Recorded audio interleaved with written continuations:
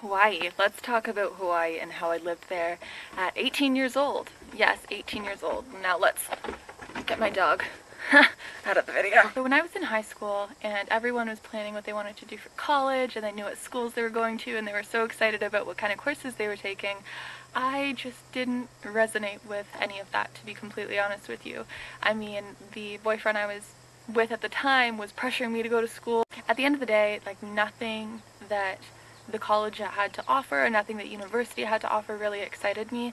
None of it really made me feel like I wanted to go and I wanted to spend all that money to go, especially because I would have been paying for it myself. I would have been taking out student loans, I would have been having to pay it back and work a full-time job, and that's just something that I wasn't wanting to do for something that I wasn't passionate about. So my mom was like, well, Jasmine, you've got to do something. You can't just stay home, because at that point in my life I was really heavy into drugs and I was so lost I didn't know what to do, so my outlet was to party. And I wasn't a huge drinker, but I was really into hard drugs and smoking a lot of cigarettes and just not a good time, really dulling myself out, kind of to take away from the fact that I didn't know what I wanted to do with my life, even though everyone else seemed to have it figured out.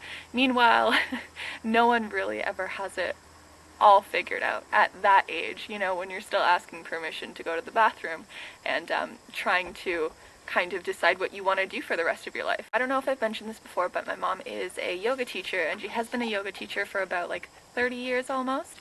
If you hear something weird in the background, that's my puppy playing with her ball. But anyways, and so she started looking into things for me, and she's like, well, why don't you go get your yoga teacher certification?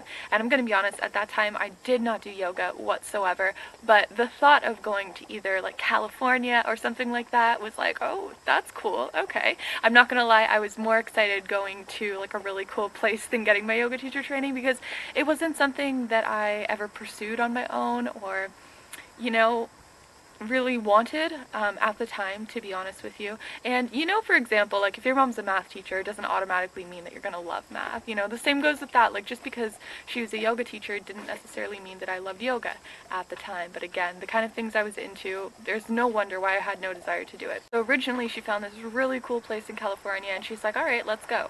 But then something a little better came along, and she found this resort in Hawaii. And what's really awesome too was the same place that I was getting my teacher training, I was also able to volunteer. So what I ended up doing is on my 18th birthday, I did fly out by myself and I went to the Big Island in Hawaii. And I stayed at this resort called Kalani, and I'll talk about that more, definitely, because I really think that it is an awesome place to go.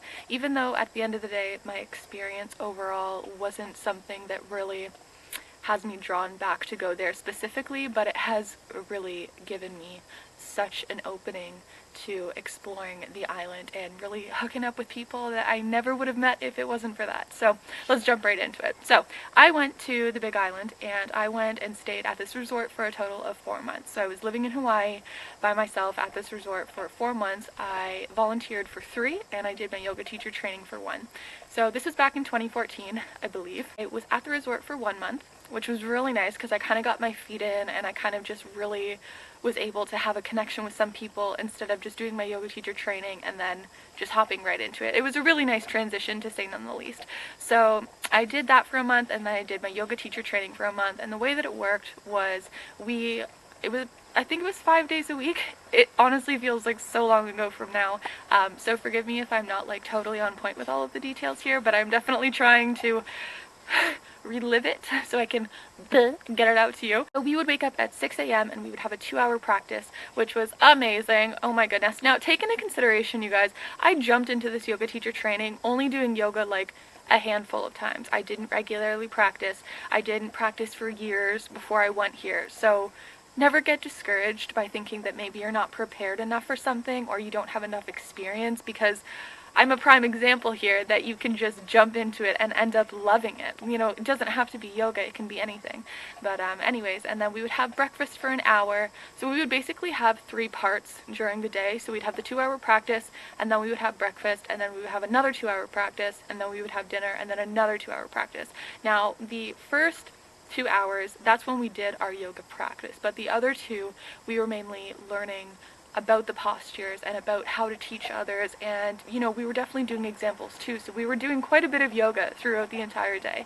I had went to a training with Troy Peak, and he was amazing. He was definitely amazing. I definitely would have recommended it. I probably paid about $5,000 overall in order to get my certification, and it was the best $5,000 that I've ever spent. The only downfall was that I was sick for like a week and a half or 2 weeks out of all of it, and yeah, so that wasn't that fun because I kept falling asleep in class. I was so tired, I was so drained, and I was just like, I couldn't pay attention whatsoever. There's this one woman in particular who started spreading rumors around me saying that I was like a cokehead and I was doing a bunch of drugs, and that's why I was passing out in class, and I took it all for granted just because my parents paid for it. Meanwhile, I paid for the entire trip myself. I saved up $9,000 working 2 separate jobs, about I don't even know how many hour days. I was working at Tim Hortons, and then I was working at a movie theater. I would go to work at about 5 or 6 a.m. until 2 or 3 or whatever, and then I would go to my next job at 4 until midnight.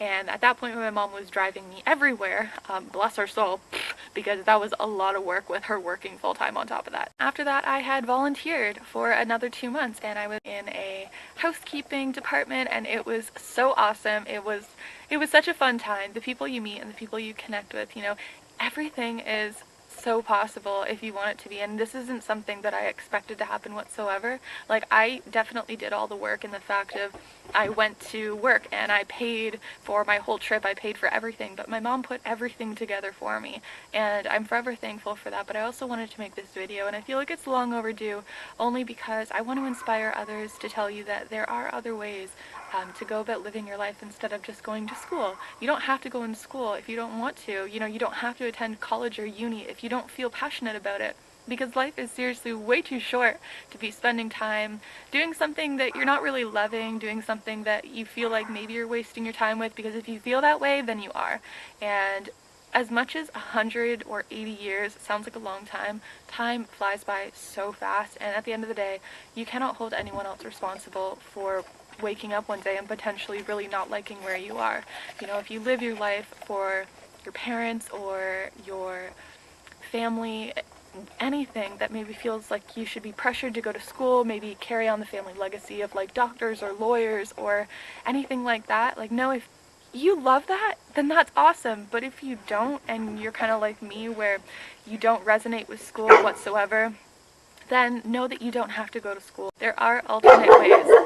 Oh, here we go. And at the end of the day, I really loved being a yoga teacher. I loved it so much. And some of you may be asking, well, why don't you teach yoga? Well, when I got home, I ended up getting back into drugs and really back into a mindset that wasn't helping me thrive. It wasn't helping me grow. But divine timing is everything, and everything has brought me to this point where I no longer drink, I no longer do drugs, I don't smoke cigarettes, I don't smoke weed, I have no desire to do any of that. And now, like, I feel like I'm really ready to take on that title of being a yoga instructor, because I really don't feel like it would have made sense for me to be a yoga instructor and then I would have been partying or doing, like, it didn't match up for me. And sure, maybe it took a couple years down the road for me to realize that, but I just wanted to share that, you don't have to go down that standard path that has been created for us to tell you, okay, once you get out of high school, you have to go to college or uni, you get a job, get a mortgage, do whatever. No, like, fly as much as you can. And my mom always told me that. She's like, before you get locked into, like, a lease or your car insurance or whatever, like, try to fly as much as you can. And going to Hawaii has changed my life forever. Like, I went back a year later and ended up living with someone that I met previous to that, and it was the best couple of months of my life. And it's something that has had such a huge impact on me, and I have really left a piece of my heart there. And I just wanted to tell you that anything is possible, anything at all. Like, I took off right on my 18th birthday because that was the earliest that I could go flying by myself. So if you don't feel really like you're knowing what you want to do, maybe you're far out of high school but you kind of feel a little bit lost and you're not really knowing what you're doing or where you're going, that's okay. Like, don't feel like you have to know everything at this point in your life, because you don't. And if we think like that, then a lot of the time we really do feel a little bit disappointed in ourselves, and life is way too short for you to be wasting your precious energy on that. It's not something that serves us whatsoever. What serves us is finding what we're passionate about, and sometimes that takes a little bit longer than others.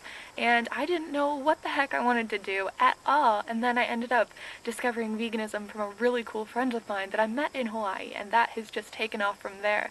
So I just wanted to share that story with you today in hopes that maybe I can inspire you to step out of the box and not be afraid to do what you want to do, even if you don't know what you want to do at that time. But don't feel pressured into having to take that standard route, because a lot of people, they're not happy with it. They don't like the school that they're going to, they don't like the courses they're taking, and they're in so much debt. And I've had so many friends that have dropped out and they just hate their lives, and to pay that much money to hate what you're doing, like, your time is so precious, your energy is so precious. Don't let that go to waste. Don't let it go to waste. And it's okay to be maybe in the in-between for a little bit. That's fine. That's totally fine. You know, there are so many adults who don't have it figured out, and we're expected to have it figured out. Okay? Half of us don't even know what we're doing, and that's totally okay. That's part of the journey. That's part of the process. So I'm going to make a separate video talking about my experience with Kalani, because my dog is just going nuts right now. So yeah, I hope you guys enjoyed that video, and I'll catch you in the next one. Mwah!